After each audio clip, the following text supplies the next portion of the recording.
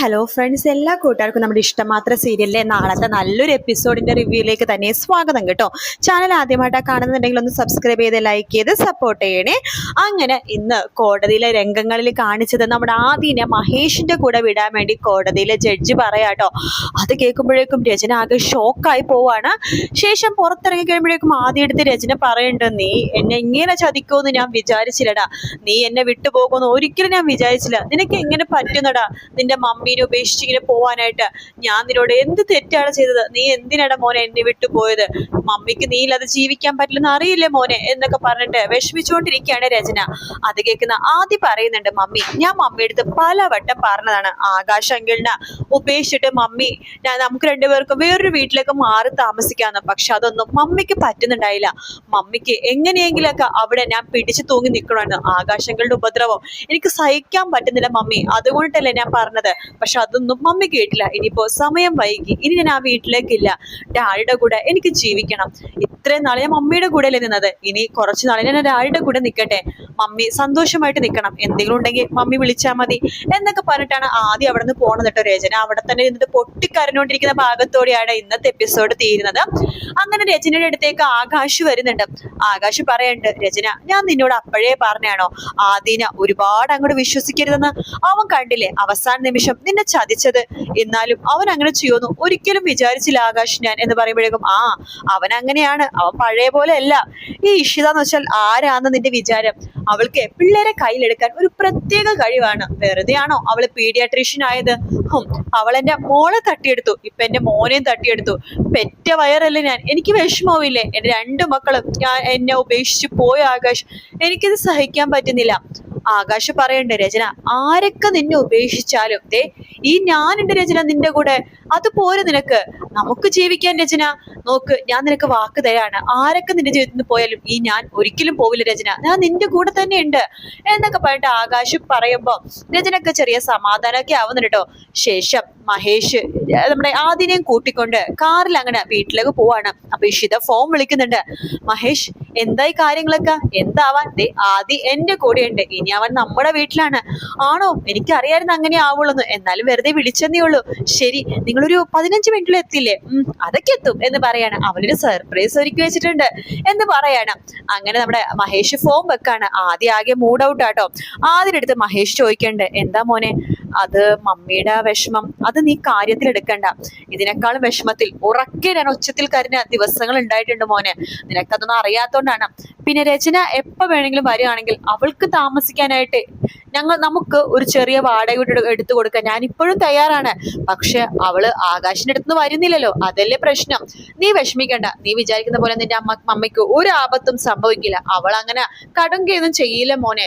നമ്മളെക്കാളൊക്കെ ജീവിക്കാൻ ആഗ്രഹമുള്ള കൂട്ടത്തിലാണ്, നമ്മളെക്കാളും ജീവിക്കാൻ ആഗ്രഹമുള്ള കൂട്ടത്തിലാണ് രചന. അതുകൊണ്ട് നീ വിചാരിക്കുന്ന പോലെ അവൾ ഒരു കടുങ്കയും ചെയ്യാനൊന്നും പോകുന്നില്ല എന്ന് പറയണം. ആ സമയത്ത് ഇഷിതയാണെന്നുണ്ടെങ്കിലോ അമ്മേനെയും അച്ഛനെയും ഒക്കെ വിളിക്കാട്ടോ. അമ്മ അച്ഛാ നിങ്ങൾ എത്രയും പെട്ടെന്ന് ഇവിടെ വാ, ആദ്യ കോടതി മഹേഷിന്റെ കൂടെ വിട്ടോ, ഇന്ന് ഇവിടെ ആഘോഷമാണ് എന്ന് നിങ്ങൾ ഇങ്ങോട്ട് വാ, ഇന്ന് ഇവിടെയാണ് ഫുഡും കാര്യങ്ങളൊക്കെ എന്ന് പറയണം. നമ്മൾ എന്തെങ്കിലും ഗിഫ്റ്റ് കൊണ്ടുവരണ്ടേ മോളെ? കൊണ്ടുവരണ്ടെങ്കിൽ കൊണ്ടുവന്നോ എന്ന് പറയാണ്. അങ്ങനെ നമ്മുടെ പ്രിയാമണിയും അതുപോലെ തന്നെ മാഷും കൂടി ചില ഗിഫ്റ്റ് ഒക്കെ കൊണ്ടുവരാട്ടോ. എന്നിട്ട് പായസമൊക്കെ ഉണ്ടാക്കുന്നുണ്ട്, സ്വീറ്റ്സ് ഒക്കെ ഉണ്ടാക്കി കൊണ്ടുവരുന്നുണ്ട്. ആ സമയത്ത് നമ്മുടെ സ്വപ്നവല്ലിയും രാമനാഥനും ഇഷിതയും കൂടി ചേർന്ന് അവിടെ കേക്കും പിന്നെ കുറെ തോരണങ്ങളൊക്കെ തൂക്കി അലങ്കാരങ്ങളൊക്കെ ആയിട്ട് ഇങ്ങനെ വെച്ചിരിക്കുക കേട്ടോ. ആ സമയത്താണ് ആദ്യം അവിടേക്ക് വരുന്നത്. ആദ്യം വരുമ്പോ തന്നെ വാതില് തുറക്കാണ് ചിപ്പി. ആദ്യം ഞെട്ടിപ്പോവാണ്. നോക്കുമ്പോ കുറെ അലങ്കാരങ്ങളും പിന്നെ അടുക്കൊരു വലിയൊരു കേക്കും ഇങ്ങനെ വെൽക്കം ടു ഹോം എന്നൊക്കെ പറഞ്ഞിട്ട് ഒരു കേക്കിൽ എന്തൊക്കെയോ അങ്ങനത്തെ ഹോമിലേക്ക് സ്വാഗതം പണ്ട രീതിയിൽ എന്തൊക്കെയോ എഴുതിയിട്ടൊക്കെ ഉണ്ട് കേട്ടോ. അങ്ങനെയൊക്കെ വെച്ചിരിക്കുകയാണ്. കൂടെ എല്ലാവരും ഉണ്ട്. ഇഷിതയാണെങ്കിൽ നല്ല ഒരുങ്ങിയൊക്കെ സുന്ദരിയായിട്ട് ഇരിക്കുകയാണ്. ചിപ്പി ഉണ്ട് തന്റെ കൂടെ, എല്ലാവരും ഉണ്ട്. പക്ഷെ പ്രിയാമണി പണ്ട് ഇപ്പോഴാണ് ഇത് ശരിക്കും ഒരു കുടുംബമായത് എന്ന് പറയാണ്. ആദ്യം വേഗം തന്നെ ഇഷിതയുടെ അടുത്തേക്ക് പോവാണ്. ഇഷിതാമ്മേ എനിക്ക് ഭയങ്കര സന്തോഷമുണ്ട്. ഇഷിതാമ്മ എന്നോട് പറഞ്ഞിട്ടുണ്ടായിരുന്നു ഒരു വാക്ക്, കുഞ്ഞുവാവ വരുന്ന മുമ്പ് എന്നെ ഇവിടേക്ക് കൊണ്ടുവരുമെന്ന്. ഇഷിതാമ്മ ആ വാക്ക് പാലിച്ചു. ഇഷിത പറയണ്ട്, മോനെ ഞാൻ ആ വാക്ക് പറഞ്ഞിട്ടുണ്ടെങ്കിലും മോൻ അതിനു വേണ്ടി ശ്രമിച്ചു എന്ന് വേണം പറയാനായിട്ട്. നോക്ക്, എന്റെ കുഞ്ഞുവാവ, അതായത് നമ്മുടെ കുഞ്ഞുവാവ ജനിക്കുമ്പോൾ എന്റെ മോൻ വേണം ആ കുഞ്ഞുവാവനെ 2 കൈ നീട്ടി സ്വീകരിക്കാൻ എനിക്ക് ആഗ്രഹം ഉണ്ടായിരുന്നു. എന്റെ 2 മക്കളുടെയും ഇടയിലേക്ക് വേണം മൂന്നാമത്തെ ആ കുഞ്ഞു വരാനെന്ന്. അതുപോലെ തന്നെ സംഭവിക്കുകയാണ്. അതെ, ഇങ്ങനെ നിന്നാ മതിയോ, നമുക്ക് ആഘോഷം തുടങ്ങണ്ടേ എന്ന് പറഞ്ഞിട്ട് പാട്ടൊക്കെ വെക്കാണ്. മഞ്ജുമയാണെങ്കിൽ റൂമിൽ ഇരുന്നിട്ട് ഇങ്ങനെ എന്താണ് ഇവിടെ ഉത്സവോ, പാട്ടും മേളവും DJ ഒക്കെ ആയിട്ടും ഒരുപാട് അങ്ങോട്ട് സന്തോഷിക്കുന്നുണ്ട് എല്ലാവരും. ഈ സന്തോഷത്തിനുള്ളിൽ ഒരു ദുഃഖമാണ് വരാൻ പോണത് എന്നൊക്കെ പറഞ്ഞിട്ട് മഞ്ജുമ പതുക്കെ വാതിൽ തുറന്നു നോക്കുമ്പോ ഇഷിതയും ചിപ്പിയും ആദ്യം കൂടി ഭയങ്കര ഡാൻസ് ആണ് കേട്ടോ. തുള്ളിച്ചാടിയാണ് ഇഷിത ഡാൻസ് കളിക്കണത്. താനൊരു ഗർഭിണിയാണ് എന്നുള്ള കാര്യം പോലും ഇഷിത മറന്നുപോയിട്ടോ. മഹേഷ് പറഞ്ഞിട്ടോ, ഇഷിത താൻ എന്തേ കാണിക്കണത്, അധികം അങ്ങോട്ട് തുള്ളല്ലേ, ഒന്ന് പോ മഹേഷ് എന്ന് പറഞ്ഞിട്ട് ഇഷിത ഇങ്ങനെ തുള്ളിക്കൊണ്ടിരിക്കുകയാണ്. അപ്പൊ എല്ലാവരും ഇങ്ങനെ പറയണ്ട ഇഷിത നീ എന്തേ കാണിക്കണത്, പതുക്കെ പതുക്കെ എന്നൊക്കെ പറയാണ്. പക്ഷെ ഇഷിത ആ ഒരു സന്തോഷത്തിന് പുറത്ത് അറിയാതെ അങ്ങനെ തുള്ളിച്ചാടി നടക്കാണ്. അപ്പൊ മഞ്ജുവം തുള്ളടി തുള്ള്, നീ നന്നായിട്ട് തുള്ള്, ഇതിന്റെ അവസാനം എന്താ സംഭവിക്കാൻ പോണെന്ന് നമുക്ക് കാണാം എന്നൊക്കെ പറയണ്ട. അപ്പൊ മഹേഷൊക്കെ ആകെ ടെൻഷനായിട്ട് നിൽക്കാട്ടോ. ഇഷിതൊക്കെ പെട്ടെന്നാണ് ആ തുള്ളലിനൊടുവിൽ ആ ഒരു പെയിൻ വരികയാണ്, ലേബർ പെയിൻ വരികയാണ്. ശരിക്കും ഇഷിതൊക്കെ 9 മാസം ആയിട്ടേ ഉള്ളൂ കേട്ടോ. അപ്പോഴേക്കും ഇഷിതൊക്കെ പെട്ടെന്ന് പെയിൻ വരികയാണ്. അപ്പോഴേക്കും നമ്മുടെ സ്വപ്നവല്ലിയും രാമനാഥനും മഹേഷും പ്രിയാമണിയും മാഷും എല്ലാവരും കൂടി ചേർന്ന് ഇഷിതനെ ഹോസ്പിറ്റലിലേക്ക് എത്തിക്കണം. ഡോക്ടർ ദേവിക പറയണ്ട, അതെ ഇഷിതക്ക് പ്രസവ ഡേറ്റ് ആയിട്ടില്ല, പക്ഷെ പ്രസവ വേദന തന്നെയാണ് വന്നിരിക്കുന്നത്. ഇനിയിപ്പോ നമുക്ക് നോർമൽ ഡെലിവറിക്ക് വേണ്ടി ശ്രമിക്കാം, പറ്റുമോ നോക്കാം, പറ്റുന്നില്ലെങ്കിൽ മാത്രം നമുക്ക് C-സെക്ഷൻ ചെയ്യാമെന്ന് പറയാണ്. അങ്ങനെ ഇഷിതനെ ലേബർ റൂമിലേക്ക് കയറ്റാണ്. ഇഷിതയുടെ കൂടെ എല്ലാവരും ഉണ്ട് കേട്ടോ. 2 മക്കളും ഇഷിത വലോ ഇടോ അങ്ങനെ നിൽക്കാണ്. അങ്ങനെ ഇഷിതനെ ലേബർ റൂമിലേക്ക് കയറ്റുന്നുണ്ട്. അപ്പൊ ഡോക്ടർ ദേവിക മാക്സിമം അതൊരു നോർമൽ ഡെലിവറി ആക്കാൻ നോക്കുന്നുണ്ട്. പറ്റുന്നില്ലെങ്കിൽ മാത്രം എന്തെങ്കിലും അമ്മക്കും കുഞ്ഞും എന്തെങ്കിലും ബുദ്ധിമുട്ടുണ്ടാവണമെങ്കിൽ മാത്രം C-സെക്ഷൻ ചെയ്യാന്നാണ് വിചാരിക്കുന്നത്. പക്ഷെ ഇഷിതക്ക് നോർമൽ ഡെലിവറി തന്നെ നടക്കുക കേട്ടോ. സുഖപ്രസവം തന്നെ നടക്കുകയാണ്. ഇഷിത അങ്ങനെ ഒരു നല്ലൊരു ആരോഗ്യമുള്ളൊരു കുഞ്ഞിനെ പ്രസവിക്കുന്നുണ്ട്. അങ്ങനെ എല്ലാവർക്കും ഭയങ്കര സന്തോഷമാണ്. ആ കുഞ്ഞ് പ്രസവിച്ച ആ ദിവസം തന്നെ ആദ്യം ആ വീട്ടിലേക്ക് എത്തുകയും ചെയ്തു. എല്ലാവർക്കും ഭയങ്കര സന്തോഷമാവാണ്. അപ്പൊ ഈ ഒരു വിവരം നമ്മുടെ രചന അറിയുന്നുണ്ട്. രചന അറിയുമ്പോ ആദ്യം രചനക്ക് ദേഷ്യം വരും കേട്ടോ. പക്ഷെ രചന ആകാശിന്റെ ഓരോരോ കൊള്ളരുതായ്മ അറിഞ്ഞോണ്ടിരിക്കുകയാണ്.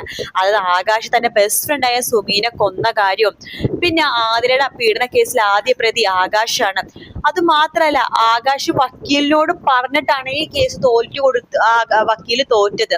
അപ്പൊ അങ്ങനെ പല ആകാശ് തനിക്ക് വേണ്ടി കാണിച്ചു കൂട്ടിയ കാര്യങ്ങളൊക്കെ തന്നെ രചന മനസ്സിലാക്കാണ്. അത് മനസ്സിലാക്കിയ രചനക്ക് അപ്പോഴാണ് ഒരു ബോധോദയം ഉണ്ടാവണത്. തന്റെ മഹേഷ് എത്ര നല്ലതായിരുന്നു, തനിക്ക് കിട്ടിയ നല്ലൊരു ജീവിതം താനാണ് നശിപ്പിച്ചതെന്ന് മനസ്സിലാക്കാണ് രചന. ആ മനസ്സിലാക്കുന്നതിനൊടുവിൽ രചന അവസാനം എല്ലാ ശത്രുതയും ഉപേക്ഷിച്ചിട്ട് നമ്മുടെ ഇഷിതേനെയും കുഞ്ഞിനെയും കാണാൻ വരുന്ന ഭാഗമൊക്കെ നമുക്ക് ഉടനെ തന്നെ ക്ലൈമാക്സ് ഭാഗങ്ങളിൽ കാണാൻ വേണ്ടി സാധിക്കും കേട്ടോ. ഈ സീരിയലിലെ ക്ലൈമാക്സ് എന്തായാലും ഈ ആഴ്ചയല്ല, അടുത്ത ആഴ്ച ലാസ്റ്റോട് കൂടിയേ നമുക്ക് അറിയാൻ സാധിക്കുള്ളൂ. ഉച്ചക്കത്തെ 2 സീരിയലും എന്തായാലും ക്ലൈമാക്സ് ആണ്. സ്നേഹക്കൂടും അതുപോലെ തന്നെ നമ്മുടെ ഇഷ്ടം മാത്രം. അതിന് പകരമായിട്ട് വരാൻ പോണത് പാചകത്തിന്റെ എന്തോ പരിപാടിയാണെന്ന് തോന്നുന്നു കേട്ടോ. എന്തായാലും നമുക്ക് കാത്തിരുന്ന് തന്നെ കാണാം ഫ്രണ്ട്സ്. ക്ലൈമാക്സിന്റെ ആ ഒരു അടിപൊളി ഭാഗങ്ങൾക്ക് വേണ്ടി എന്തായാലും ഹാപ്പി എൻഡിങ് ആണെന്നാണ് പറയണത്. വീഡിയോ ഇഷ്ടപ്പെടുകയാണെങ്കിൽ ലൈക്ക് ചെയ്യാനും സബ്സ്ക്രൈബ് ചെയ്യാനും കമന്റ് ചെയ്യാനും മറക്കല്ലേ കേട്ടോ. മറ്റൊരു വീഡിയോ ആയിട്ട് കാണാം. Take care, bye bye.